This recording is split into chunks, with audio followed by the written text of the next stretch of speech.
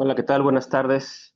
Primero que nada, ¿sí me escuchó? ¿Sí me escuchó? ¿Todos me escuchan? Confírmeme nada más esa situación.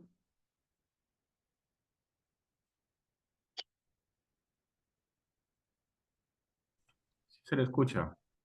Perfecto. Muchas gracias. Soy el licenciado Marco Antonio Vicario Campo.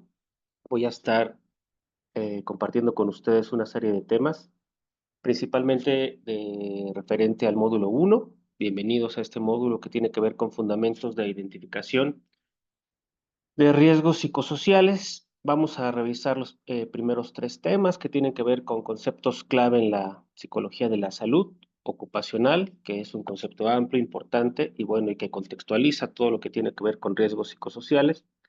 Vamos a revisar también los modelos teóricos sobre riesgos psicosociales. Son algunos modelos que fueron seleccionados para entender un poquito esto que tiene que ver con los factores psicosociales y una manera de explicarlos, ¿no? Y cómo se relacionan finalmente con la salud ocupacional de los trabajadores. Y por último, veremos en esta sesión de hoy lo que tiene que ver con la tipología de los riesgos psicosociales, particularmente de estrés, acoso, eh, burnout y violencia laboral. Bien, para empezar, justamente abordaremos lo que tiene que ver con los conceptos clave de la salud, de la psicología y principalmente tendríamos que empezar justamente con lo que tiene que ver con la salud. Bien, aquí tenemos, digamos, un esquemita de lo que vamos a ir viendo porque cada uno se va relacionando y es importante entender cada uno de estos conceptos para poder retomar al final lo que es los factores psicosociales y ya todo lo que tiene que ver con ellos. Pero para empezar, sí me gustaría revisar lo que tiene que ver con el concepto de salud, ¿no? Que es un concepto clave, es un concepto que ha evolucionado, es un concepto que a lo largo del tiempo pues ha tenido diversos significados y tenemos aquí una breve línea de tiempo en donde vamos a entender un poquito cómo ha evolucionado este concepto, ¿no? Primeramente, digo, es importante porque hay que entender cómo ha cambiado el concepto y en la medida en la que se ha entendido el concepto ha sido un poco la intervención, ¿no? En la Edad Antigua había un carácter mágico religioso, ¿sí? Básicamente las enfermedades tenían un papel importante, pero era más que nada esa parte, ¿no? De que la enfermedad no tenía o no se entendía normalmente como una causa. Acuérdense que hoy en día también los chamanes, los brujos, ¿no? Eran aquellos encargados, digamos, de curar, ¿no? En ese entonces, ¿no? Posteriormente, en la Edad Media, viene una interpretación mística, en donde finalmente decían que las enfermedades estaban asociadas a la ira de Dios, ¿no? Recordemos que cuando algo nos pasaba, normalmente en este carácter religioso o místico, sí, todo era atribuido a Dios, ¿no? Los demonios eran aquellos los responsables de la enfermedad. Posteriormente, en la Edad Moderna, hablamos de los procesos de enfermar. Entonces, después del declive, ¿no? De las explicaciones religiosas, se empezó a buscar en el campo de la realidad concreta, ¿no? Y empezamos a descubrir eh, muchas cuestiones que tenían que ver con la enfermedad, ¿no? Las bacterias, hablamos, por ejemplo, de Luis Pasteur, que fue uno de los principales científicos, ¿no? Que entendió esto de los cuerpos, de los parásitos y que había estas cuestiones que nos podían enfermar y que había que solucionar esta parte, ¿no? Y ya en la edad contemporánea, justamente con todos los desarrollos técnicos y científicos que se iban consolidando en el siglo XIX, comienza a hablarse de medicina social como una nueva forma de concebir y actuar frente a los problemas de salud. Es decir, no solo únicamente a los procesos de enfermar, sino a los procesos de salud de enfermedad. Y es curioso porque no necesariamente en la Edad Moderna fue la primera vez que se dio esta cuestión. Fíjense esta frase que nos dice el padre de la medicina, justamente Hipócrates, y estamos hablando esto hace aproximadamente 400 años antes de Cristo, ¿no? Fíjense cómo dice, algunos pacientes, aunque conscientes de que su condición es peligrosa, recuperan su salud simplemente por su satisfacción con la bondad del médico. Es decir, aunque hayamos tenido todas esas concepciones de salud a lo largo de la historia, ¿no? Los primeros filósofos, ¿no? Griegos, y en este caso Hipócrates, había ya determinado, había hablado, había encontrado que existía una relación, ¿sí? De, de de mejorar o recuperar la salud única y sencillamente por la satisfacción que tenían con el médico, ¿no? Qué importante ha sido esa situación, aunque este, sí fue justamente hasta 1950, ¿no? En donde hay una nueva conceptualización justamente de lo que es la salud. La OMS nos dice que es un estado completo de bienestar físico, mental y social. Aquí lo importante es ese cambio, ¿no? En donde ya no es únicamente, como vemos aquí en esta parte de la letritas en rojo, que no únicamente se entendía la salud como una ausencia de enfermedad y dolencias corporales. Básicamente, ante los doctores, y tristemente todavía hay muchos doctores que así lo hacen lo que es el proceso de la anamnesis, que es básicamente una entrevista en búsqueda de síntomas, y una vez que esos síntomas concuerdan con un diagnóstico, se procede a la medicación, ¿no? Tienes esta enfermedad se cura o se atiende o tiene el paliativo con estas medicinas y se proporciona lo que es la medicina. Más allá de otra cuestión de salud, únicamente trataban de evitar o curar esta dolencia corporal y daban por sentado que en eso consistía la salud, ¿no?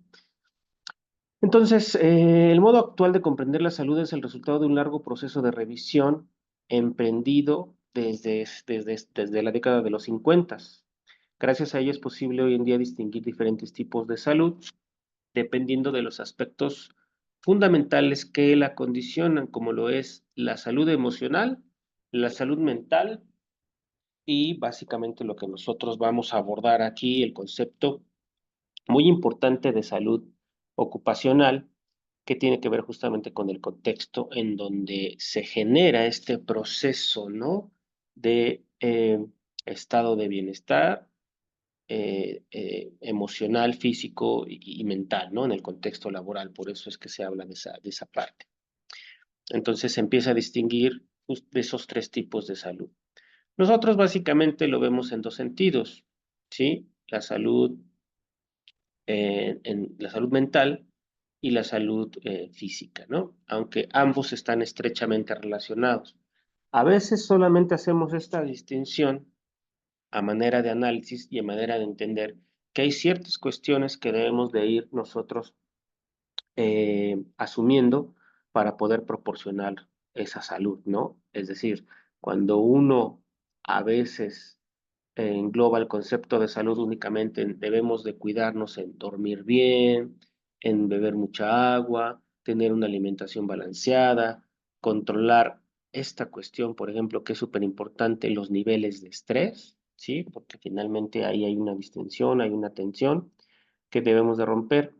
Evitar, obviamente, todo lo que tiene que ver con hábitos saludables, ¿no? Evitar fumar, beber, tratar de hacer ejercicio, etcétera, ¿no? Hay una serie de condiciones físicas que nosotros tenemos en nuestra concepción de salud, qué es lo que debemos de hacer para estar bien. Sin embargo, a veces dejamos de lado todo aquello que contribuye a esa salud física, es decir, cómo debemos de cuidar nuestra salud mental. Si bien esto de alimentarse adecuadamente lo encontramos también en la parte de la salud, a veces hay que entender justamente los procesos de alimentación como un proceso mental o como un proceso psíquico, en el sentido de que las personas cuando están nerviosas o cuando tienen algún problema como una depresión o una ansiedad, tienden a usar el alimento como un medio de escape, como un medio de comportamiento que ayuda a reducir esa ansiedad o a reducir esa depresión. En algunos casos depende un poco también la energía mental de esas personas, ¿no?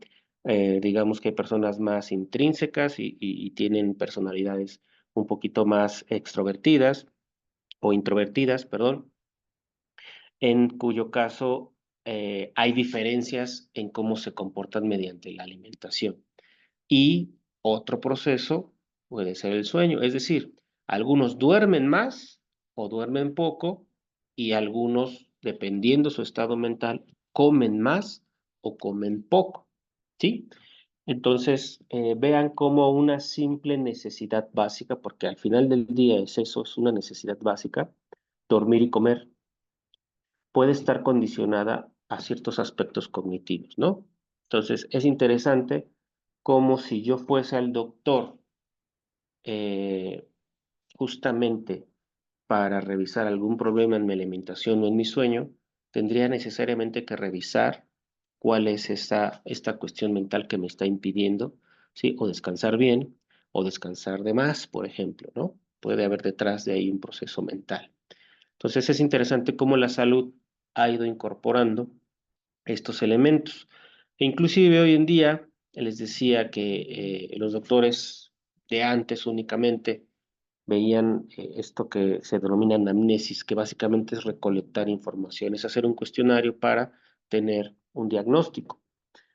Y en sus recomendaciones, básicamente, ya llega a haber doctores que nos dicen no se enoje tanto, debe de ser menos ansioso, hábleme un poquito de su relación, ¿no? Debe de enojarse menos, debe de estresar, ya no se estrese tanto, ¿no? Esta parte es muy importante porque el estrés parece ser un fenómeno transversal a la vida de los seres humanos y que parece ser la enfermedad del siglo XX, ¿no? Por ahí le llaman. Y no somos a veces tan conscientes de esa interacción o ese vínculo tan poderoso que existe, ¿no? La salud mental no es un destino, sino un proceso, y justamente aquí hablamos de que es algo que tienes que trabajar constantemente. Aquí cabe reflexionar que cuántas veces nosotros hemos hecho ese proceso de construcción de nuestra propia salud mental y cómo cuando nosotros queremos hacer intervenciones en términos de salud, somos capaces de sugerir o cómo somos capaces de llevar a cabo un proceso en donde las personas lleven a cabo este trabajo que tiene que ver con la salud mental. Y para ello, pues debemos de entender un poquito esos procesos, ¿cierto? Entonces, es muy importante esta cuestión. Para eso, para entender justamente el proceso de cómo interviene la mente en lo que es nuestra salud, existe un área muy particular que tiene que ver y que es denominada y que es el próximo concepto que vamos a ver, que es la psicología de la salud. ¿Sí? Entonces, por un lado, el concepto de salud que ha ido evolucionando hacia que solamente no es la ausencia de enfermedad, sino un estado de bienestar físico, mental y social, ¿no? O físico, emocional eh, y social. Entonces, por ahí encontramos justamente esto que tiene que ver con la psicología de la salud. ¿Qué es entonces la psicología de la salud? Pues meramente el estudio de los procesos psicológicos que intervienen en aspectos como la salud. La enfermedad y el cuidado médico de los pacientes se basa en la idea de las actitudes, pensamientos y emociones y formas de actuar que pueden jugar un papel fundamental en el estado físico, ¿no? Aquí encontramos el engrane, aquí encontramos el área justamente que tiene que ver con cómo abordar la salud de los trabajadores en el aspecto mental. Y ya bueno, viene ya la parte justamente que es la psicología ocupacional, que en muchas áreas la encontramos justamente en esta rama de la psicología que se enfoca en el estudio y promoción del bienestar mental, justamente de los trabajadores en su entorno laboral. Justamente hay que prevenir todos aquellos problemas de salud mental relacionados con el trabajo, así como promover, parte importante, el ambiente laboral saludable y productivo. El área de la psicología, ¿no? Más común utilizada o que tiene que ver, o el concepto que hay que entender, es la parte de la seguridad, higiene y ambiente de trabajo. ¿Por qué? Porque la seguridad habla mucho de la parte física del trabajador, ¿no? Cómo debemos de prevenir los accidentes, cómo debemos de equipar a los trabajadores, cómo debemos de tratar o manejar los accidentes de trabajo, la prevención de riesgos laborales, ¿no? Que es diferente la prevención de riesgos laborales a la prevención de riesgos psicosociales. ¿Por qué? Porque justamente la parte de higiene habla de las enfermedades profesionales que se pueden adquirir justamente en el ambiente de trabajo, ¿no?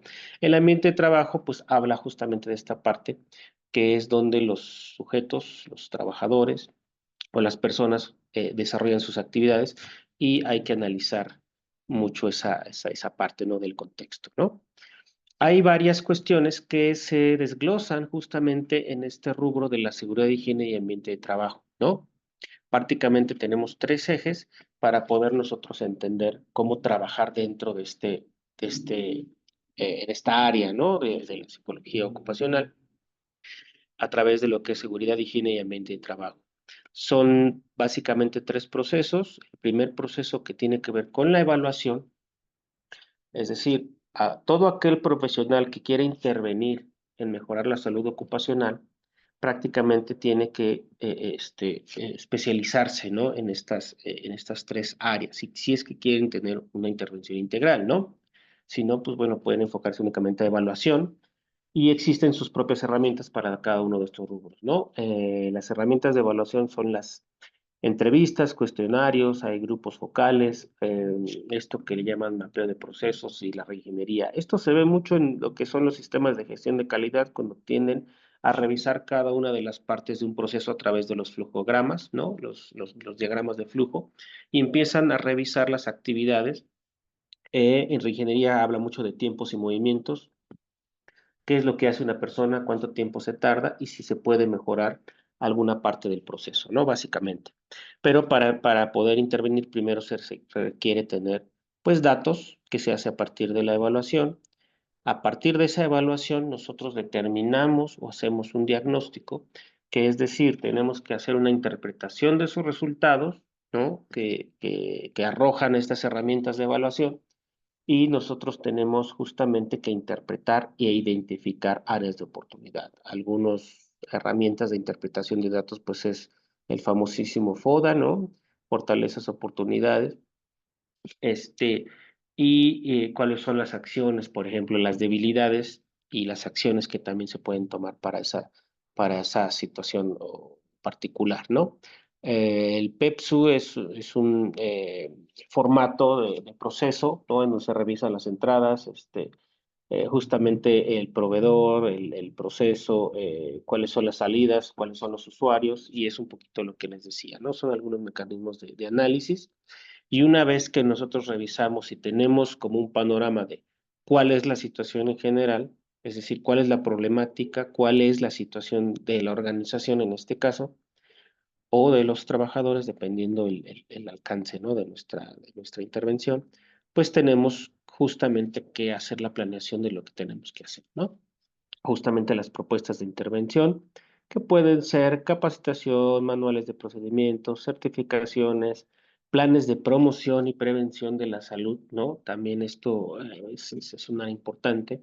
Algunas estrategias que tengan que ver con mejorar el clima organizacional o el ambiente laboral, también pueden ayudarnos a entender un poquito mejor el esquema, ¿no? Entonces, si ustedes se fijan, ya con estos elementos nosotros empezamos a tomar un poco de luz, ¿no? El concepto de salud, concepto de psicología, que se engranan en psicología de la salud y que nos dirigimos a lo que es la psicología de la salud ocupacional, entendiendo más o menos las áreas que tienen y que están involucradas, ¿no? Seguridad, higiene, ambiente de trabajo y tres procesos fundamentales que están involucrados en él, que es la evaluación, ¿sí?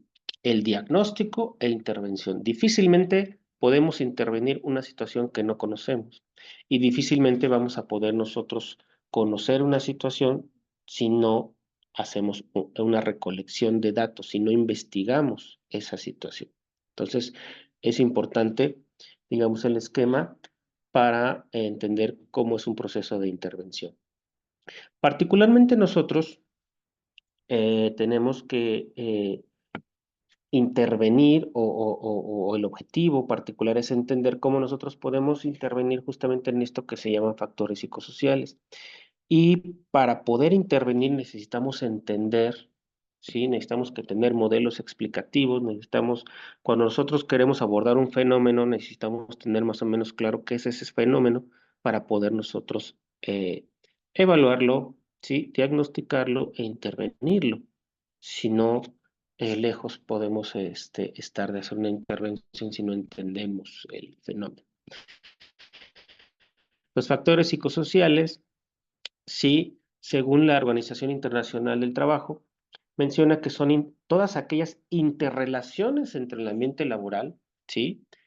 Su contenido y las circunstancias de la organización, así como las necesidades, capacidades y cultura del empleado, las características personales externas a la actividad laboral que logran, de acuerdo a la experiencia y la percepción, ¿sí? Y el rendimiento laboral. Entonces, tomando en consideración este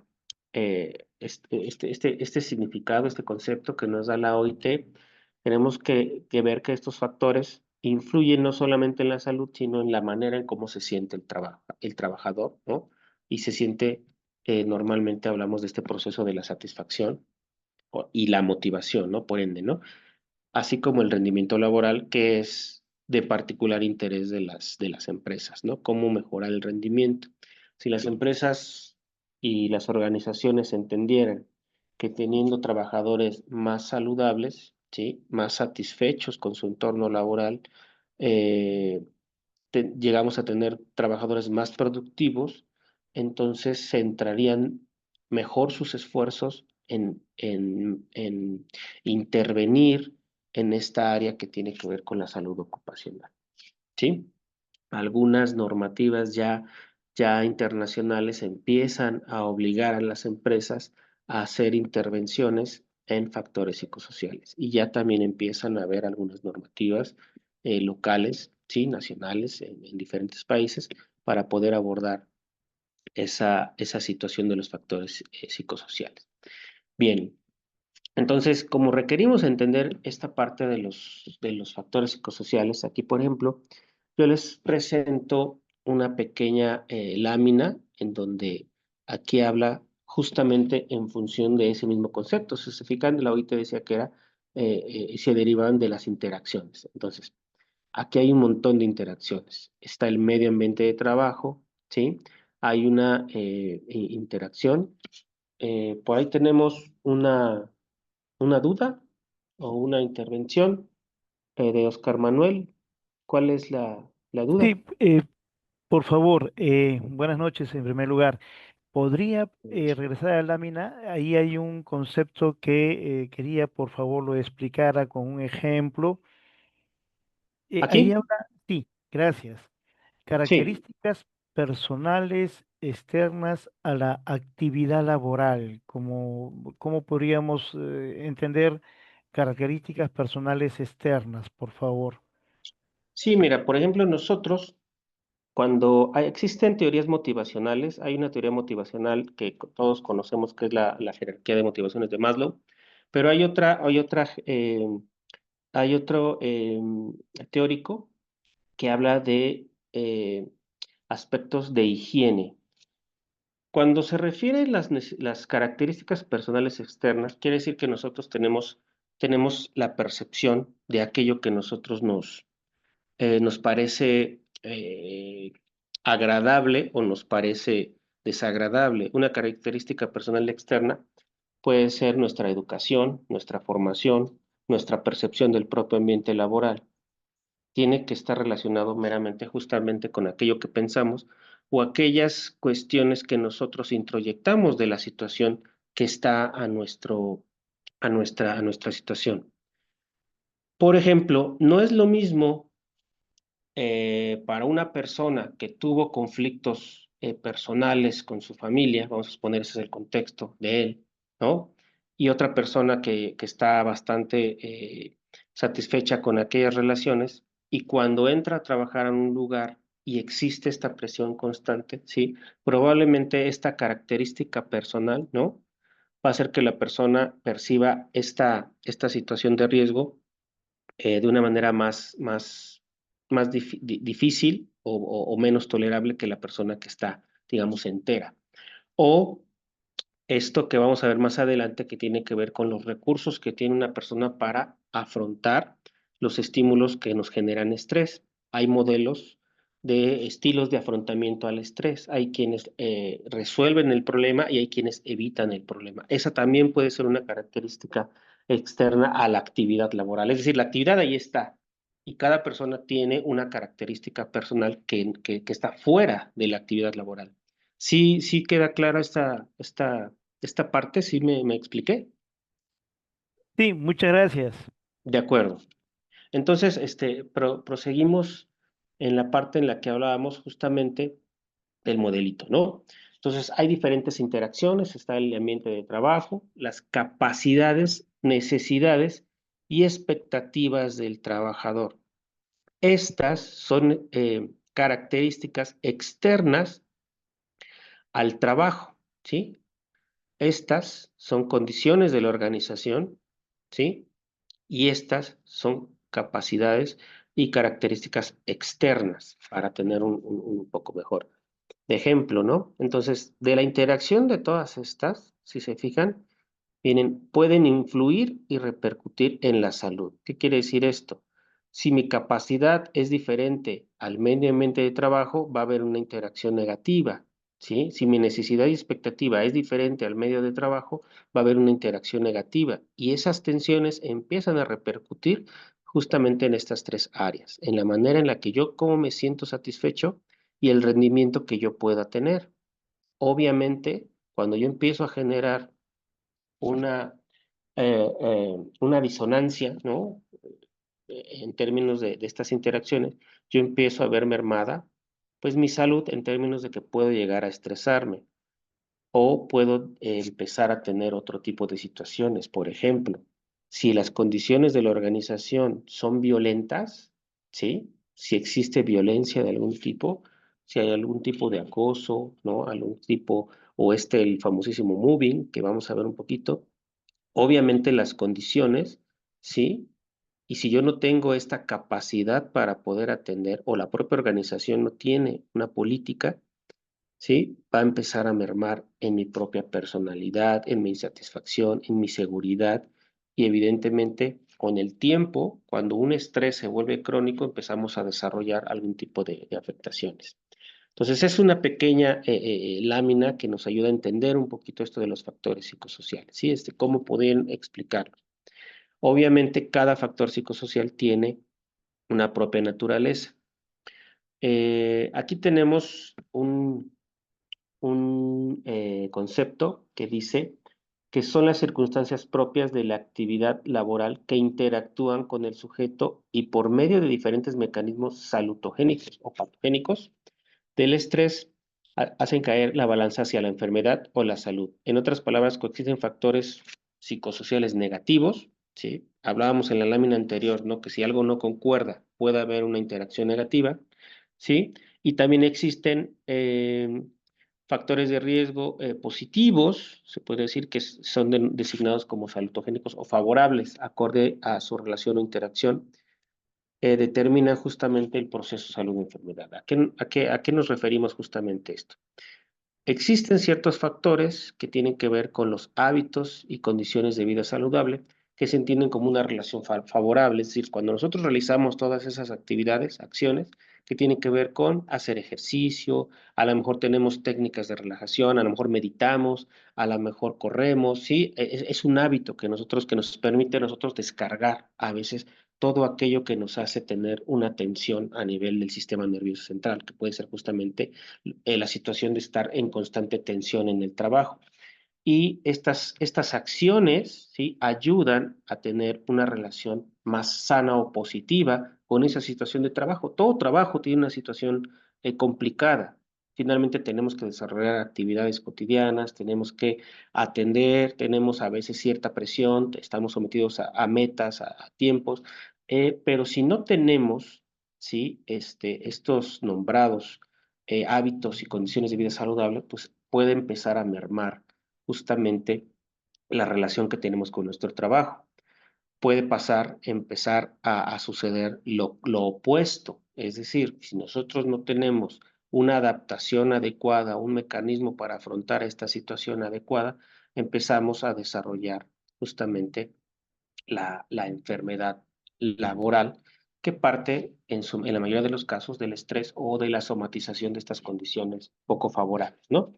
A partir de la cual, pues, el siguiente paso, ¿no? De esta relación negativa, pues, es iniciar lo que es tratar de evitar, ¿sí? Esa situación, si se llega a identificar, o ya que esté, pues, iniciar una especie de tratamiento o rehabilitación en los trabajadores. Esa es la parte importante. Consecuencias de los riesgos psicosociales. Las consecuencias de los riesgos psicosociales no son tan evidentes como los accidentes. Cuando nosotros tenemos un accidente de trabajo, ¿no? O algún trabajador tiene un accidente, pues es algo bastante obvio, ¿no? Se lastimó, tuvo una situación que agrede directamente su estado físico, ¿no? Porque justamente es tal cual. Es algo que ocurre inesperadamente y que tiene que ver con las condiciones inseguras o la probabilidad de ocurrencia de un acto inseguro, ¿no? Por ahí, cuando nos metemos en temas de seguridad, vemos el tema de los actos inseguros y por ahí encontramos esta parte. Pero a diferencia de esto, los riesgos psicosociales no son tan evidentes. Digamos que son un tipo de enemigo silencioso, ¿no? Que va mermando nuestra salud poco a poco. Hay quienes pueden ir desarrollando inclusive enfermedades a lo largo de años de estar en una misma actividad laboral y la situación se torna crónica a partir de 10, 20 años, ¿sí? No hay un tiempo determinado, pero sí es un enemigo silencioso y que no por ello es menos importante, porque también deriva en, en una expectativa de vida menor al término de varios años, ¿no? O que puede justamente conllevar a padecer hacia el final de nuestra vida, pues no un desarrollo o un retiro, digamos, tan amable o tan agradable, ¿no? Personas que llegan a estar, a desarrollar algún tipo de cáncer, por ejemplo, personas que llegan a operarse inclusive de la tendinitis en las manos, ¿no? Personas que llegan a tener problemas de ciática, que viven con dolores en la cadera o en el pie, por ejemplo, ¿no? Que después de varios años lidian con todo este tipo de proceso que jamás nunca se hizo un estado de prevención. Hablamos de cuestiones físicas, pero hay personas que desarrollan crisis de ansiedad, trastornos de ansiedad. Hablamos de personas que se pueden deprimir. Hablamos de personas que el estrés crónico puede desarrollar un síndrome de burnout, ¿no? Es decir, que paulativamente se han ido desgastando y que ha ido mermando su salud silenciosamente sin que nadie haga nada, ¿no? Por eso es importante eh, analizar justamente esto de las enfermedades profesionales, ¿no? No por ello son menos importantes, insisto, y pueden ir impidiendo diferentes situaciones, ¿no? Hay algunos riesgos psicosociales, nosotros particularmente vamos a ver lo que es el estrés, el moving, la violencia laboral y el síndrome de burnout. Pero hay otros factores, ¿no? Digamos que cualquiera que entre en el concepto de qué es esta relación o interacción, ¿no? Que es entre el sujeto y el ambiente, puede ser considerado un factor psicosocial. Dentro de los modelos explicativos, fíjense bien, nosotros encontramos justamente esto que ya está acorde con lo que la OMS nos dice que es salud. Justamente es el modelo biopsicosocial. Según este modelo, se entiende mejor en términos de la combinación de los factores biológicos, factores psicológicos y factores sociales y culturales, y no puramente en términos biológicos. Contrasta justamente con el modelo biomédico tradicional, que sugiere que cada proceso puede ser explicado en términos de una desviación de la función normal subyacente, ¿no? El clásico algo sucedió en tu estado físico que derivó en una enfermedad, un agente patógeno, genético o anormalidad del desarrollo o lesión. El paciente, por lo tanto, no desempeña un papel significativo y no forma parte del proceso, y el resultado es una alta resistencia al cambio. Entonces, ese modelo biomédico ya ha sido superado. En la actualidad el modelo psicosocial justamente habla de que efectivamente existen factores biológicos, ¿no? Un sistema nervioso, una postura, un movimiento, que existen factores psicológicos, es decir, a veces estos estados físicos subyacen a partir de procesos de ansiedad, de depresión, de estrés, de un estado de malestar en nosotros, y existe alrededor también, ¿no? De los factores psicológicos y biológicos, existen factores sociales, que tiene que ver con las relaciones, básicamente, ¿no? El modelo social habla de factores que tienen que ver con la relación que tenemos con el trabajo, con nuestra vida, cuál es nuestro, con nosotros mismos, ¿no? En términos de la expectativa que tenemos, cómo ha sido nuestra educación, cuál es el estatus, cuál es la importancia que tenemos dentro de una empresa, ¿no? Eso tiene que ver a veces con nuestra autoestima, y la autoestima también juega un papel importante. Y pues todo el factor socioeconómico, ¿no? Que tiene que ver si cubro mis necesidades básicas, si puedo cubrir las necesidades de mi familia, pues imagínense el estrés de una persona que no llega a cubrir todas las necesidades, ¿no? Por ejemplo, ahora que aquí, por ejemplo, en México, que va a iniciar el ciclo, empieza el estrés por los útiles, el uniforme, forrar los cuadernos, las inscripciones, es decir, empieza una angustia y un estrés, ¿no? Que evidentemente cuando uno va a trabajar también lo tiene uno como que en la mente, ¿sí? Entonces, este estado de estrés, si no uno no fluye, si uno no empieza a encontrar medidas para poder solventar, a lo mejor no podemos solventarlo económicamente, pero sí tenemos la manera de enfrentarlo, ¿no? Con nuestros recursos para reducir el estrés que esa insatisfacción de necesidad nos da. Y bueno, de esta convergencia, pues la interacción e influencia mutua de la experiencia del dolor o del propio estrés, o porque el dolor puede ser también emocional. Acuérdense que esta experiencia de dolores me duele. A veces siento una insatisfacción, a veces siento que ya no puedo más, a veces siento un desgaste emocional, o siento que me está rebasando una situación, ¿no? Otro modelo, teoría de enfrentamiento al estrés. Tenemos esta explicación de Lazarus en 1984, que habla de que existen dos tipos de evaluación y básicamente dos tipos de afrontamiento al estrés, ¿no? Una que tiene que ver con, esto también es una característica personal, ¿sí? Externa al trabajo.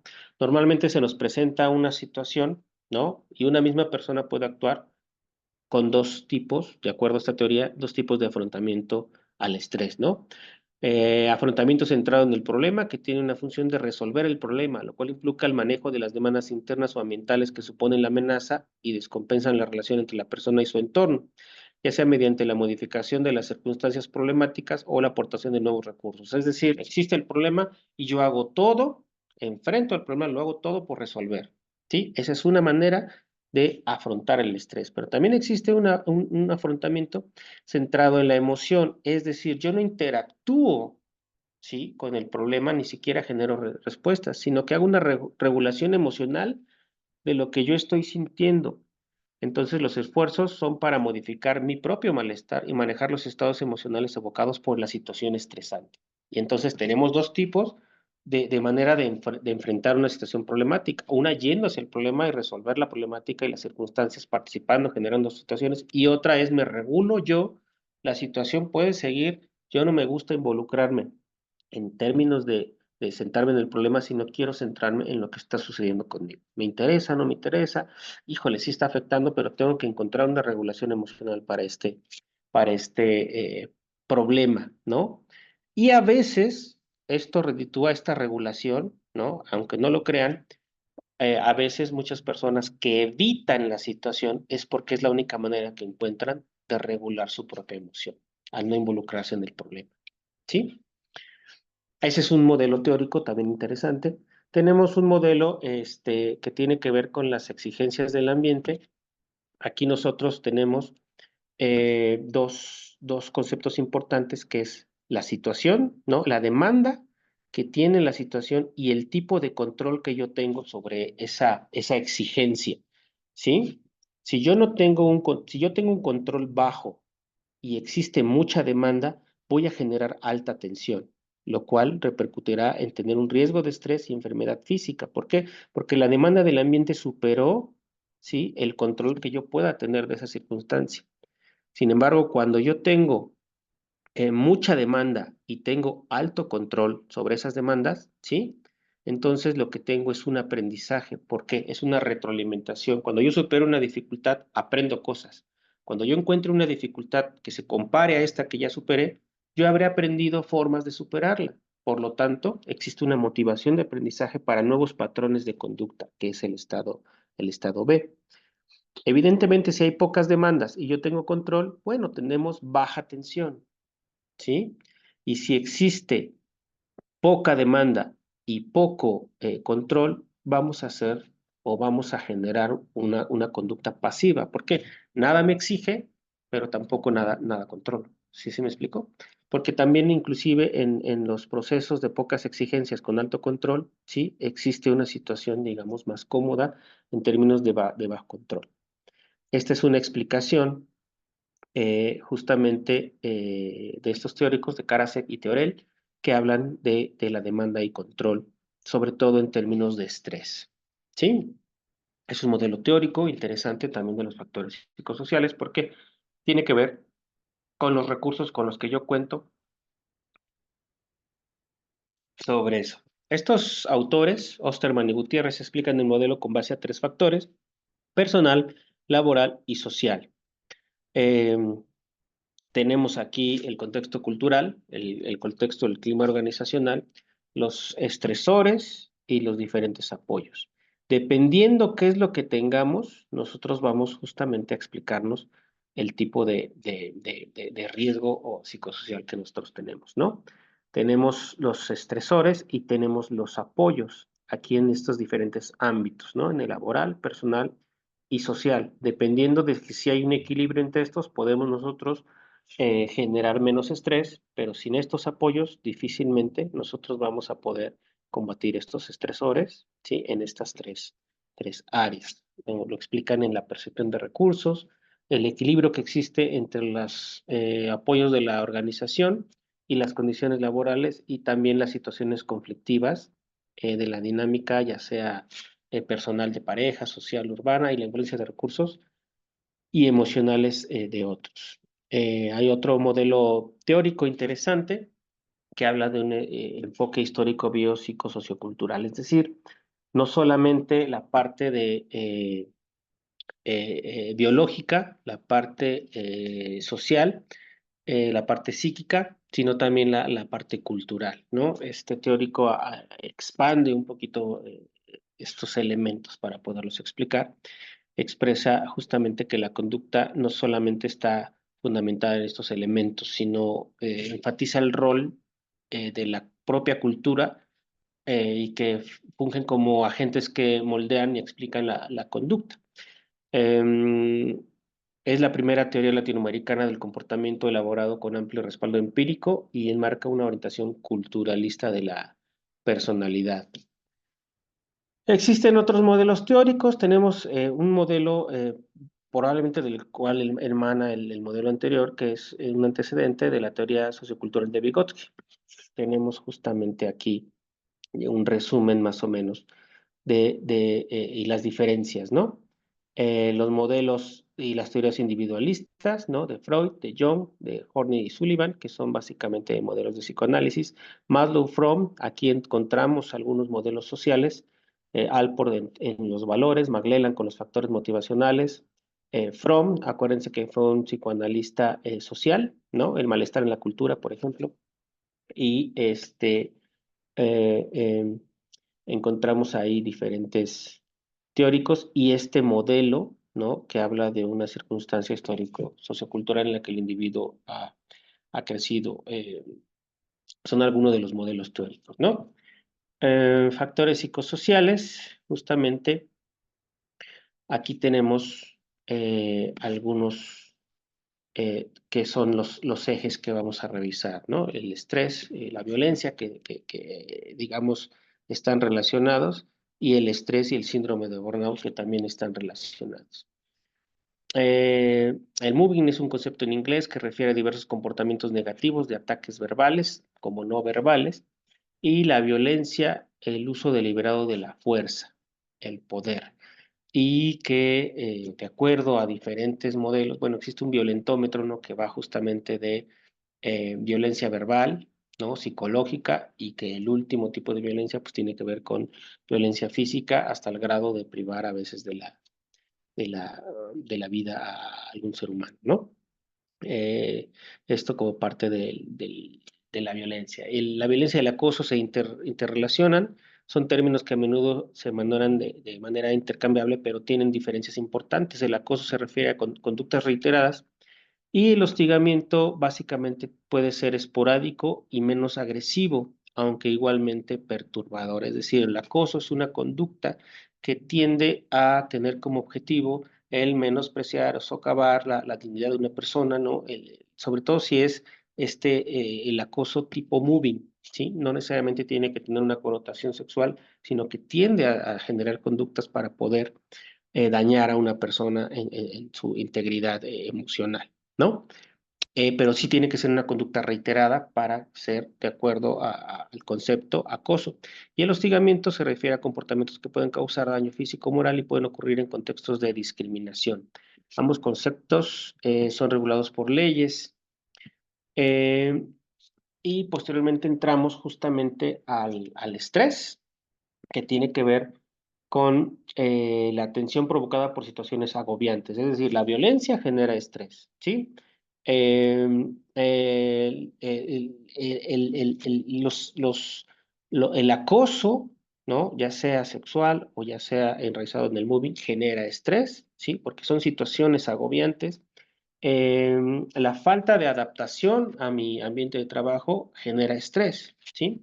En los modelos nosotros explicativos tenemos al estrés como estímulo, es decir, que viene de ahí el estrés, digamos, es una situación que a nosotros nos está constantemente bombardeando, y hay otros teóricos en los modelos que dicen que el estrés es únicamente una respuesta, que es decir, que aquellos estímulos llegan y nosotros tenemos una respuesta, y no necesariamente esa respuesta, sí, tiene que ser la misma o está relacionada con el factor externo, ¿no? Y aquella que es un poquito más aceptada y más amable es que el estrés es como una interacción entre el individuo y el ambiente. Es decir, existen factores estresantes que están ahí, pero también existe un individuo que tiene una interacción. Y como vimos en los modelos explicativos de los factores psicosociales, tiene que ver a veces con los recursos con los que cuenta una persona, ¿sí? Para ver si existe una distensión, ¿no? De lo que es el estrés, una resolución o una salida, como veíamos en el esquemita. Si hay hábitos salutogénicos, ¿no? Tendremos una salida al estrés más saludable, pero si no tenemos una manera de afrontarlo, es decir, existe el ambiente estresor, pero nosotros no tenemos un buen recurso, podemos desarrollar un factor patogénico, ¿no? Eso quiere decir que empezamos a tener malas conductas o malos hábitos que empiezan a mermar nuestra salud, ¿sí?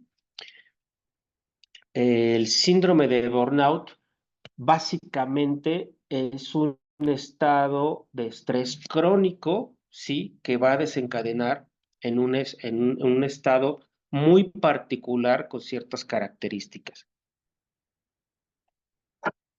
constituido por agotamiento emocional o desgaste emocional, una sensación de baja realización o insatisfacción, y en la despersonalización, que en muchos casos se ve como un mecanismo de defensa, ¿sí?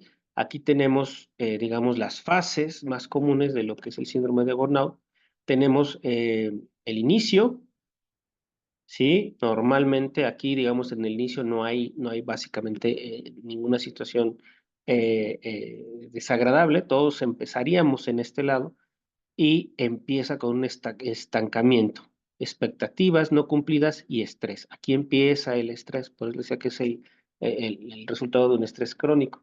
Posteriormente viene una frustración, ansiedad, tensión, preocupación, apatía, ¿sí? De esta apatía, como un estado, como un mecanismo de defensa, generamos una despersonalización, que es decir, ya vemos a las demás personas como que no son personas, no queremos involucrarnos, es tanto nuestro desgaste físico que ya las tratamos de una manera, podría decirse, como si las personas no tuvieran sentimientos, ¿no? Pero en realidad nosotros somos los que tratamos de no tener este involucramiento emocional para poder lidiar con, con las situaciones. Esto se ve más en personas que tienen contacto con personas, ¿no? Con clientes, en trabajos asistencialistas como enfermera, en trabajos de atención médica, en trabajos de estar relacionándose constantemente con las personas. Son trabajos que al final del día, cuando el estrés no es manejado, cuando se desarrolla ya un estrés crónico, pues llega al colapso emocional y cognitivo y en ciertos casos a cuestiones graves, ¿no? De estrés. Eh, esto ya viene a colación cómo debemos de tipificar esto que acabamos de ver, ¿no? El estrés, existen varias definiciones, pero básicamente es el conjunto de reacciones fisiológicas que prepara el organismo para la acción. Bueno, ese es el concepto más básico, ¿no? Es decir, puede haber una alteración de la frecuencia respiratoria, de la frecuencia cardíaca, no es una reacción que tenemos, ¿sí? Al organismo que se prepara para algo, ¿no? En otras palabras, es una respuesta del cuerpo a una situación percibida como amenazante y desafiante. La respuesta puede incluir, evidentemente, si yo me siento, ¿no? Si mi frecuencia respiratoria cambia, la sensación de mi estado emocional también cambia. ¿Por qué? Porque estoy como preparándome para correr, para huir. Puedo sentir miedo, puedo sentir esta sensación de quererme mover. Por ahí encontramos que el estrés puede generar ansiedad. ¿Por qué? Porque finalmente, al ser un ente biológico, pues estas reacciones también tienden a generar impulsos básicos, ¿no? Como es el instinto como de huida, ¿no? En algunos casos, la evitación funciona como un instinto de huida, pero el cuerpo, al no hacer nada, acumula esta tensión y puede generar un problema al final, ¿no? Este, Existen dos clases de estrés, básicamente el estrés positivo, que es un eustrés, es conocido, ¿no? Como el eustrés, puede ser estimulante y motivador y ayuda a las personas a enfrentar desafíos y alcanzar metas. Y también tenemos un estrés negativo, que es el distrés, que es el estrés que todo mundo conoce, ¿no? Puede ser perjudicial para la salud si se experimenta de forma crónica y abrumadora, de acuerdo con los datos expuestos por instituciones de salud, ¿no? Todas las instituciones de salud básicamente nos hablan de esta situación que puede mermar la salud, ¿no? Existen estas dos clases. Una, el estrés positivo, vitalidad, entusiasmo, optimismo, actitud positiva, una mejor resistencia a la enfermedad, es decir, tenemos esta energía, esta situación externa que nos dice, muévete, hazlo.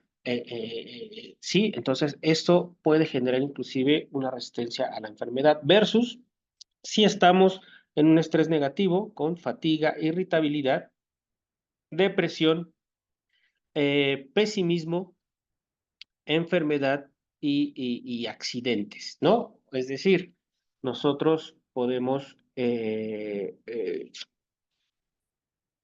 concebir el estrés, ¿no? En función de la reacción que tenemos del mismo.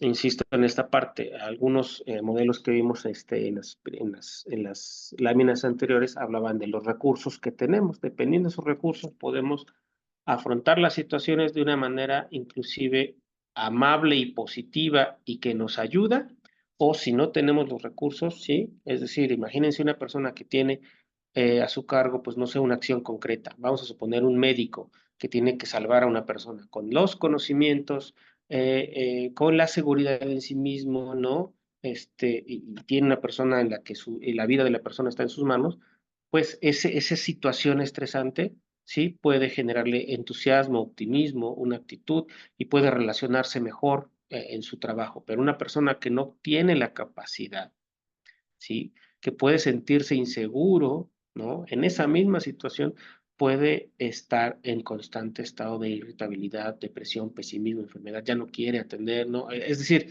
es fundamental la manera en cómo afrontamos las situaciones propias de trabajo. Hay personas que quitando ya este ejemplo, hay personas que le tienen pavor a ir a trabajar, ¿no? Es como una agonía de la existencia, se paran como yo otra vez a trabajar, ¿por qué? Porque ya saben que son los gritos, la presión, el trabajo, hacer lo mismo, el cansancio, la fatiga, las posturas eh, eternas, ¿no? De estar sentados, pero si no se hace nada, es decir, si no de repente agarras un minutito, te paras y te estiras, ¿no? Pero te asumes tu condición de malestar, esto se puede hacer más grave, ¿no?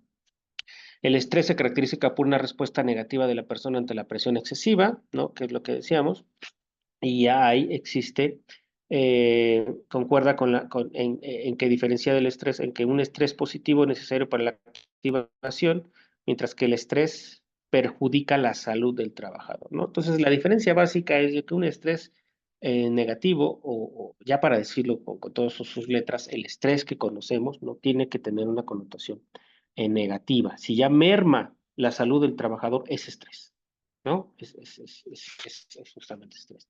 Hay algunas formas prácticas, ¿no?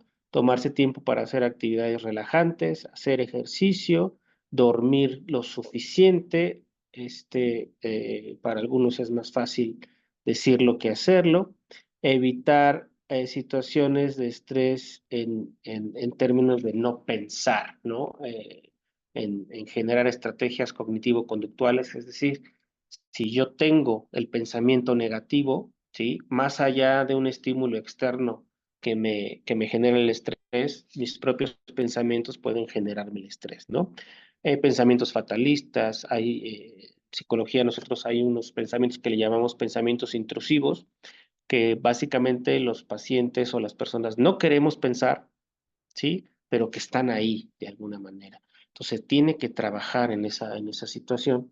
Es mucho terapia cognitiva conductual o racional emotiva, es decir, ¿por qué estoy pensando? ¿Por qué tengo tanto miedo de una situación tal?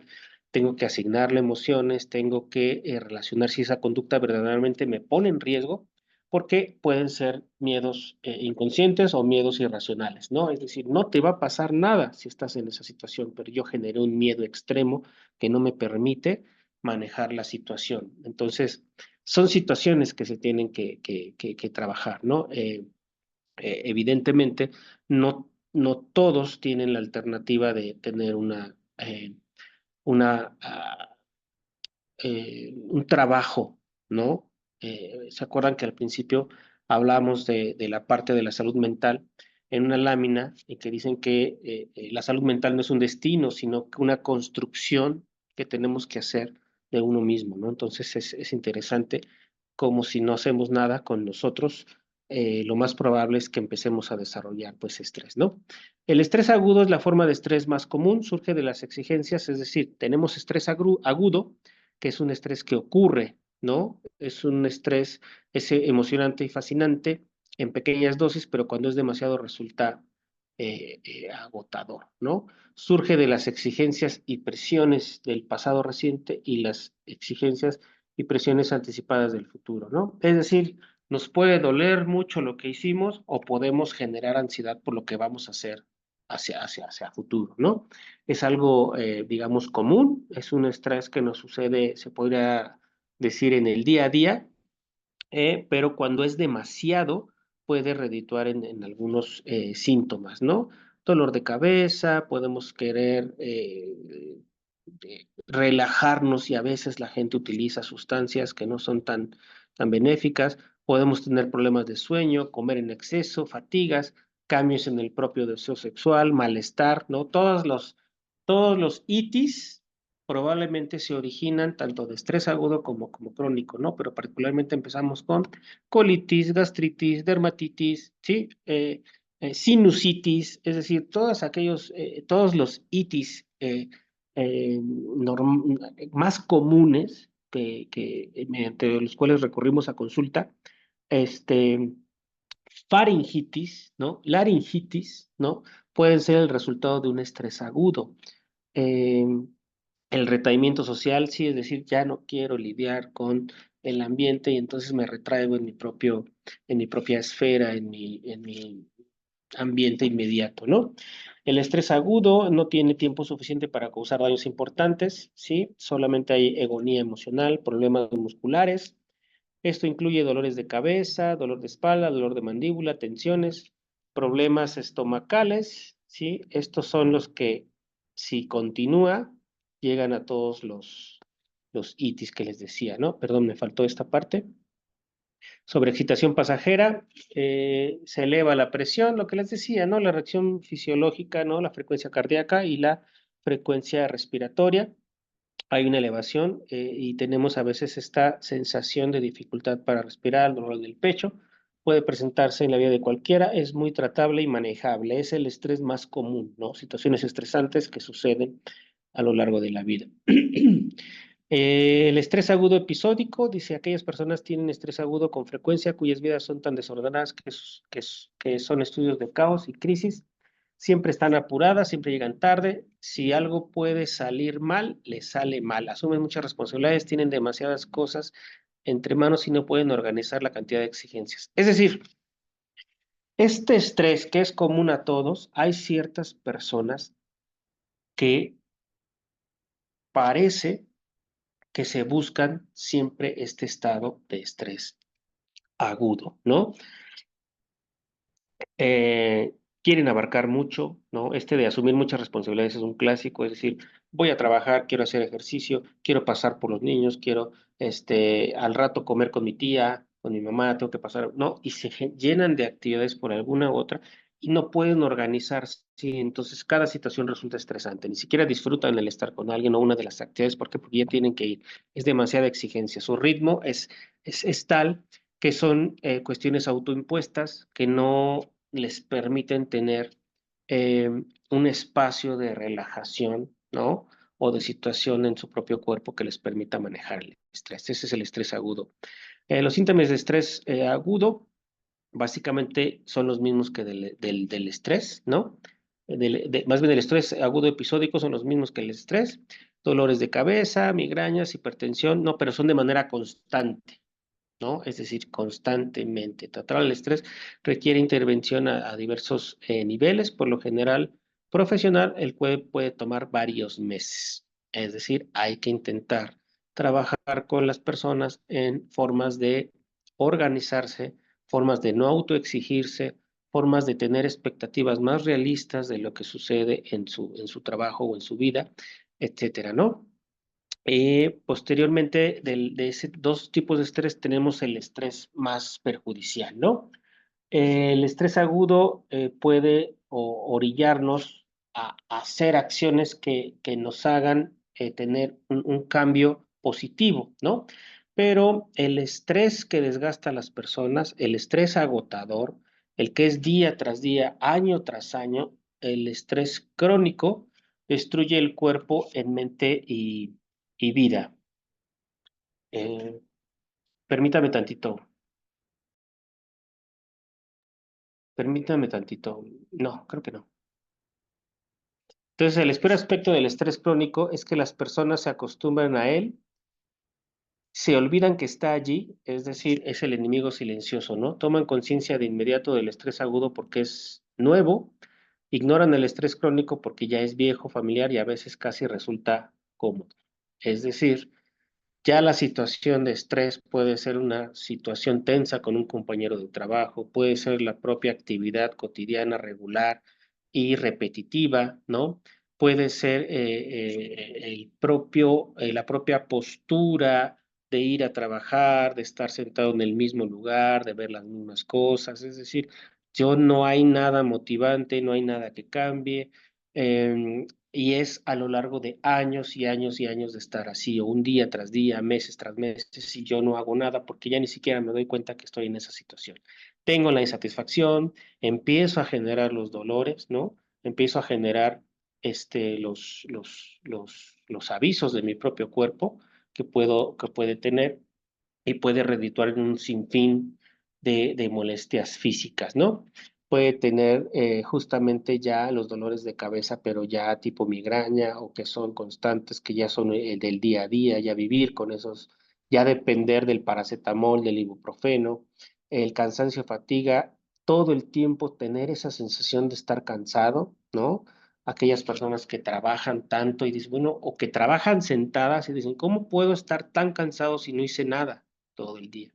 Sí, pues es el propio estrés que físicamente está mermando. Alteraciones de sueño, cuando uno llega cansado, fatigado y cuando uno toca la cama por alguna extraña situación, tenemos a estar preocupados, estar tensos, ansiosos y no tenemos o creemos que existe un sueño eh, cotidiano, pero no alcanzamos a tener el que se le denomina el sueño reparador, ¿no? Hay un tipo de sueño que es el que permite a nuestro organismo y a nuestra mente, ¿sí? Tener una reparación absoluta en términos físicos y mentales, y pareciera que hay mucha gente que duerme, pero no se repara. ¿Cómo es posible que podamos despertar más cansados, ¿sí? Si acabamos de dormir? Pues es el estrés, justamente con una alteración de sueño.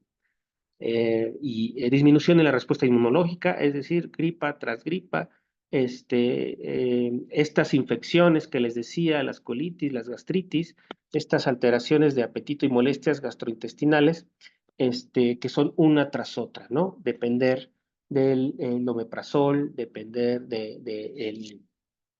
la dimeticona, depender de antiácidos, depender de justamente cualquier tipo de medicamento que me ayude a lidiar con mis problemas gástricos, ¿no? Problemas sexuales, evidentemente hay una disminución, ¿no? Del deseo o indiferencia. ¿Por qué? Pues porque si con trabajos dormimos y con trabajo trabajamos, difícilmente prestamos atención a la persona. Imagínense esta situación. Si nosotros no somos capaces de atendernos a nosotros mismos, ¿sí? ¿Cómo vamos a atender a los demás? O qué tan mal estamos en términos de construir nuestra propia salud mental, que nos estamos sacrificando a nosotros mismos por los demás. Y es decir, la persona que está ofreciéndose se está mermando hasta en lo que ofrece. ¿Por qué? Pues porque justamente yo no me atiendo, yo no me cuido, ¿no? No estoy física, mental ni socialmente saludable, ¿sí? Y entonces, si yo ofrezco poca salud a las demás personas que me rodean, pues difícilmente la calidad de lo que ofrezco pues va a ser la más adecuada para ellos. Y tenemos problemas con nuestra pareja, con nuestros hijos, con nuestra familia, con nuestros amigos. ¿Por qué? Porque no estamos atendiendo, ¿sí? Esas necesidades, porque nosotros estamos en un estado de malestar. Problemas en la piel, bueno, aquí hay varias, ¿no? Hay escamaciones, hay piel reseca, la propia dermatitis, hay infecciones, ronchas, mm, eh, muchas cuestiones, ¿no? Finalmente también hay reacciones a nivel de los ojos, ¿no? Tenemos irritación en los ojos, tenemos problemas de infecciones en los oídos, en los ojos, etcétera. En áreas que no conocíamos, desarrollamos algún tipo de hongo, ¿no? En los pies, etcétera, ¿no? Esta situación del estrés, de verdad, cuando es crónico, es brutal, ¿no? Y tiene consecuencias serias, ¿no? Fases del estrés crónico: hay una fase de alarma, una percepción de posible situación de estrés, comienza a desarrollar cambios fisiológicos y psicológicos. Hay una fase de resistencia, una fase de adaptación a la situación estresante, pero el estrés se perpetúa, sin duda tendrá un coste en la disminución de la resistencia del organismo. Es decir, nosotros podemos afrontar el estrés, pero cuando el estrés es constante, constante, constante, llega un momento en que nos agotamos, que es la tercera fase, y esta resistencia fracasa y los costes pues, son los que estamos hablando, ¿no? Cuando sobrepasan los recursos existentes, se agota, uno, hay un trastorno que empezar a mermar en la parte fisiológica, posteriormente la psicológica y después la parte psicosocial. Es lo que les decía, ¿no? Me mermo mi cuerpo, tampoco puedo ofrecer yo bienestar, también lo social es importante tenerlo como una alarma, ya que si yo no lo identifico en mí y en lo físico y en lo emocional, puedo empezarlo a ver alrededor cuando yo empiezo a tener dificultades con las personas que me rodean. Puede ser una señal de estrés crónico, ¿no? Y nosotros pues no nos damos como cuenta, ¿no? Dejando un poquito la parte del estrés, hablemos de la violencia laboral.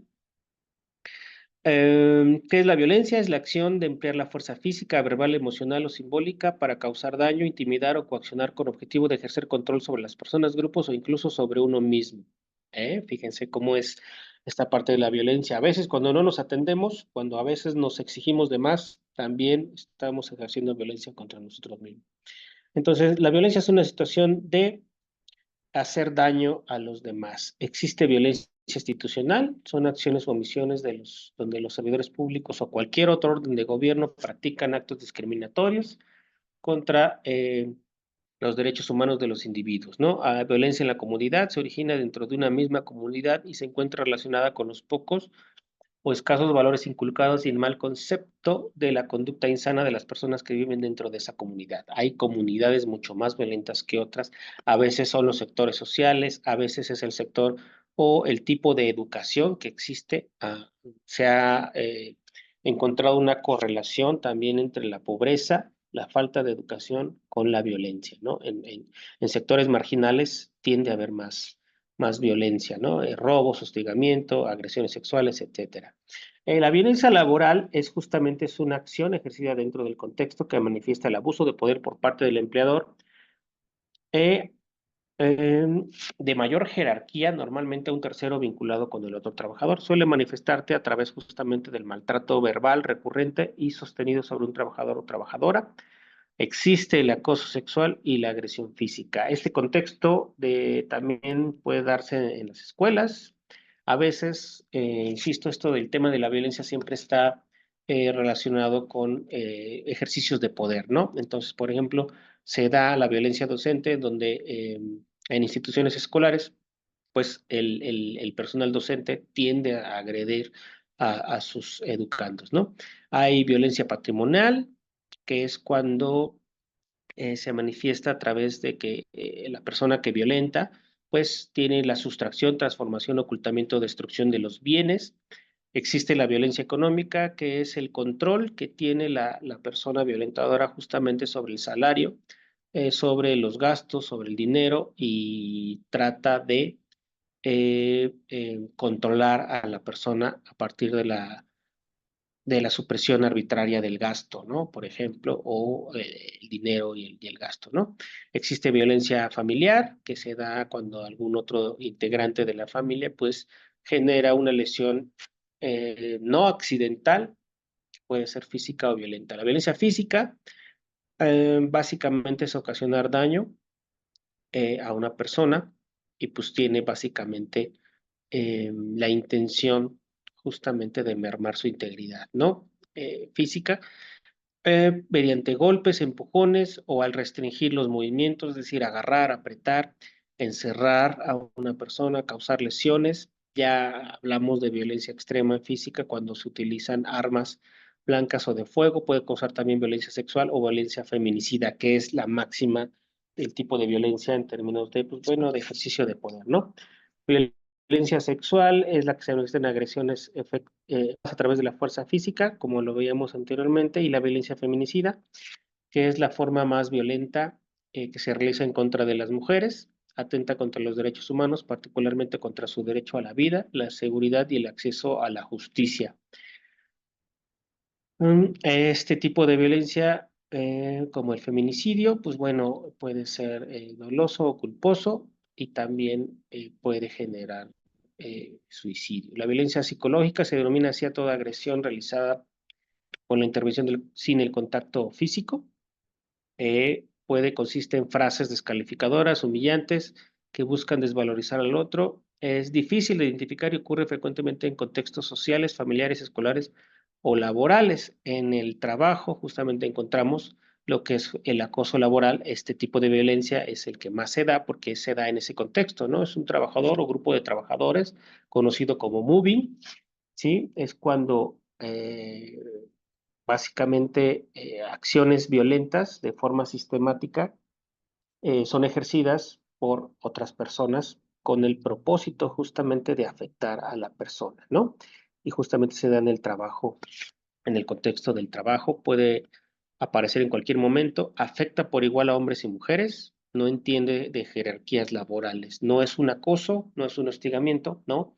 No tiene que ver con la parte de poder, sino justamente que se desarrolla entre personas prácticamente de la misma jerarquía o grupo social, ¿no? Que aquí tenemos una lámina que nos indica algunos tipos de acciones, ¿no? Ignorar, burlarse, descalificar, el abuso de autoridad, obviamente la violencia sexual, cualquier tipo de violencia física y las injusticias que se dan, ¿no? Amenazas, falta de reconocimiento, eh, básicamente nos ayudan un poco con esta parte para identificar lo que es el acoso, ¿no? Por otro lado, y ya por último, tipología, ¿no? Que vamos a revisar es el síndrome de burnout. Tenemos esta descripción del patrón de cómo se va gestando, ¿no? Hay una sobrecarga laboral, un exceso de situación de tensión, se desbordan las emociones, existe un estrés continuado y por lo tanto hay un desgaste físico y psicológico. Aquí es donde se da y se gesta el famosísimo desgaste emocional y culmina con, como tal, el síndrome, ¿no? Ya todas las consecuencias que viene de esa situación. Tenemos, usualmente se describe como una forma inadecuada de afrontar el estrés crónico, e insisto, el estrés crónico tiene que tener una línea temporal constante, consecutiva, que va mermando poco a poco la situación. Principal rasgo es el agotamiento emocional, ¿no? Una actitud despersonalizada, fría y la baja realización profesional. ¿Cómo se dan estas situaciones? Pues existe justamente esto. De esto nos ayuda un poquito el modelo de afrontamiento al estrés. Existen demandas interpersonales, carga de trabajo, ¿no? Que deriva en un cansancio emocional. Cuando nosotros no tenemos los recursos para enfrentar estas demandas, pues viene un primer mecanismo de defensa que es la despersonalización para poder involucrarnos emocionalmente con las situaciones y obviamente toda esta merma en la relación, en la situación laboral, en el cansancio, en la falta de recursos, pues nos da una sensación de que nosotros no encontramos satisfacción en lo que hacemos y por lo tanto una baja realización, ¿no? ¿Cuáles son los factores de riesgo? Pues una estructura de organización muy jerarquizada y rígida, ¿sí? Puede derivar en un síndrome de burnout o dado que esta estructura rígida genera estrés, pues puede estar ahí.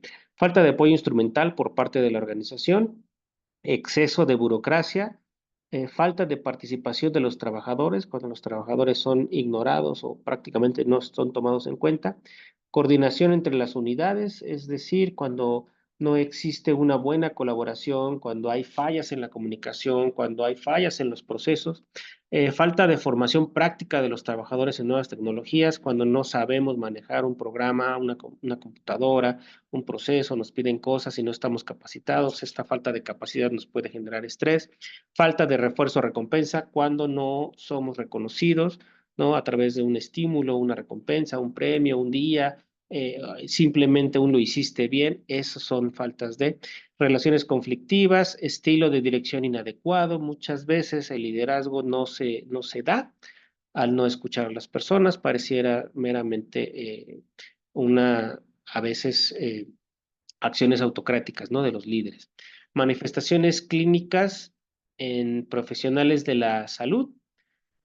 Bueno, en esto, bueno, no nada más en los de la salud, pero es en la mayoría de las personas que tienen síndrome de burnout, ansiedad, tensión, irritabilidad, depresión, fatiga, trastornos de sueño, cefalias, acidez o ardor estomacal, altos niveles de ansiedad, como veíamos al principio, incremento de conductas adictivas y trastornos psicológicos.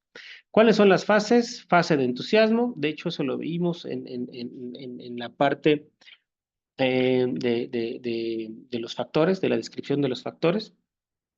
Hay una fase inicial, se experimenta un nuevo puesto, crea energía y se dan expectativas. Tenemos una fase de estancamiento donde no se cumplen las expectativas profesionales. se empieza a percibir que la relación entre el esfuerzo y la recompensa no es equilibrada, desequilibrio, y el profesional se siente incapaz para dar una respuesta eficaz, ¿no? Existen muchísimas cuestiones. Viene una fase de apatía, la cuarta fase. Hay tendencia a tratar a los clientes de forma distanciada o mecánica o a las personas en general. Inclusive una persona que tiene un síndrome de burnout ya desarrollado empieza a manifestar este poco involucramiento emocional, inclusive con las personas en general, ya no necesariamente con sus colaboradores, con sus clientes, con las personas con las que interactúa, ya sea para recibir algún insumo o para darle o ofrecerle insumo. Hay agentes de venta que están agotados, que ya lo único que se limitan es a enseñar el producto, ya no quieren saber nada, merma su productividad, la atención, empiezan las quejas, ¿no? Y es que el trabajador hizo tal o cual cosa. Va más allá de eso, a veces empiezan a tener conductas despersonalizadas con su familia, con sus hijos, con sus amigos, con su propia madre, ¿no? Es decir, ya mamá, eso no es importante, es decir, empiezan a, a eh, no darle importancia a los sentimientos de las personas, ¿no? Que al final del día, insisto, puede ser un mecanismo de defensa derivado de lo que es el síndrome de burnout. Hay muchas situaciones eh, a, a, a, a considerar en ese tipo de síndrome. Pero como hemos visto alrededor, digamos, de la sesión, el eje transversal de todo, pues básicamente es el estrés, y hay que entender que muchos de los factores psicosociales, ¿sí? O alrededor de todos los factores psicosociales, viene esta parte que es la falta de tener un recurso emocional y cognitivo para poder enfrentar las demandas del ambiente. El ambiente, hay un montón de situaciones, pueden ser las propias políticas de la empresa, puede ser la propia actividad laboral, puede ser las relaciones existentes de trabajo, ¿no? Es decir, esas son las exigencias, ahí están los estímulos, puede ser la carga de trabajo, puede ser la falta de preparación de uno, puede ser la falta de la construcción, ¿sí? De un estado mental más saludable de uno mismo, porque cuando uno no trabaja sus estados emocionales, su salud mental, pues tiende a tener recursos limitados para enfrentar situaciones más complejas. Y a veces los trabajos implican situaciones cada vez más complejas. Y esa situación cada vez más compleja no me refiero al nivel de dificultad. A veces la complejidad radica en tratar de sostener un rendimiento promedio en una situación constante, ¿sí? Y que resulta ser tediosa, resulta ser aburrida. ¿Por qué? Porque no hemos sabido manejar nuestro día a día con las situaciones, ¿no? Y ya por último viene el colapso, viene un colapso emocional, cognitivo, fundamentalmente con importantes consecuencias en la salud. Esto puede obligar al trabajador definitivamente a abandonar el empleo y arrastrarle una vida profesional de frustración e insatisfacción. Ya cuando llega la fase total del síndrome de burnout, básicamente los trabajadores tienen inclusive, no solamente abandonan el trabajo, sino que tienen ya en situaciones muy, muy, muy graves de este síndrome, pueden tener dificultades para volver a encontrar trabajo y satisfacción en el trabajo. Es bastante, bastante grave esta situación, ¿no? Eh, Síndrome de burnout, bueno, deben de cuidarse las áreas de carga de trabajo, ¿no? ¿Qué áreas se deben de cuidar? Carga de trabajo, tener un control, un buen control. Acuérdense que en el modelo demanda-control hablábamos de esta parte. Justicia, procurar un buen trato equitativo hacia los colaboradores, ¿no? La comunidad debe de esforzarse para que las relaciones sociales sean cordiales, practicar los valores éticos, mantener un equipo motivado, ¿no? ¿Por qué? Estas áreas son las importantes para ayudar a tener un ambiente más amable para evitar el síndrome de burnout, ¿no? Aquí están las características principales que ya las vimos. las consecuencias que son evidentes, ¿no? El ausentismo, el descuido, la falta de cortesía, cómo prevenirlo, involucrar al trabajador de manera que cumpla sus labores con energía y eficacia, el famoso engagement, que en muchas organizaciones se habla del compromiso organizacional, ¿no? El engagement, hay otro que es el empowerment, pero básicamente es empoderar al trabajador y poner la camiseta, que es el engagement, ¿no? Lograr que los colaboradores estén motivados, utilicen su creatividad y sean atentos unos con otros y entender en qué situaciones las personas funcionan mejor. Fíjense qué importante esto, ¿no? Si una empresa puede eh, intervenir y conocer a sus trabajadores y descubrir dónde trabajan mejor, ¿sí? Intervenir en esa situación puede ayudar a esa parte, ¿no? Son muchas cuestiones, es mucha información, muchos temas, ¿no? Cada uno de estos tiene un manejo de intervención, un manejo de evaluación, una forma de entenderlo para poderlo manejar. Aquí estamos viendo básicamente conceptos y situaciones que nos permitan identificarlo y entenderlo mejor, ¿no? Más adelante empezaremos, o probablemente a lo largo del curso, empezarán a hacer, adquirir el conocimiento un poquito más profundo de estas situaciones. Son temas introductorios, entonces, ahí vamos avanzándole, ¿no? Básicamente sería todo para esta sesión con estos temas. No sé si tengan alguna situación que comentar, alguna duda para la siguiente sesión que tengamos. Probablemente abrimos un espacio también para preguntas que tengan para poder ampliar un poquito sus comentarios y sus dudas que tengan. ¿Alguna duda que tengan?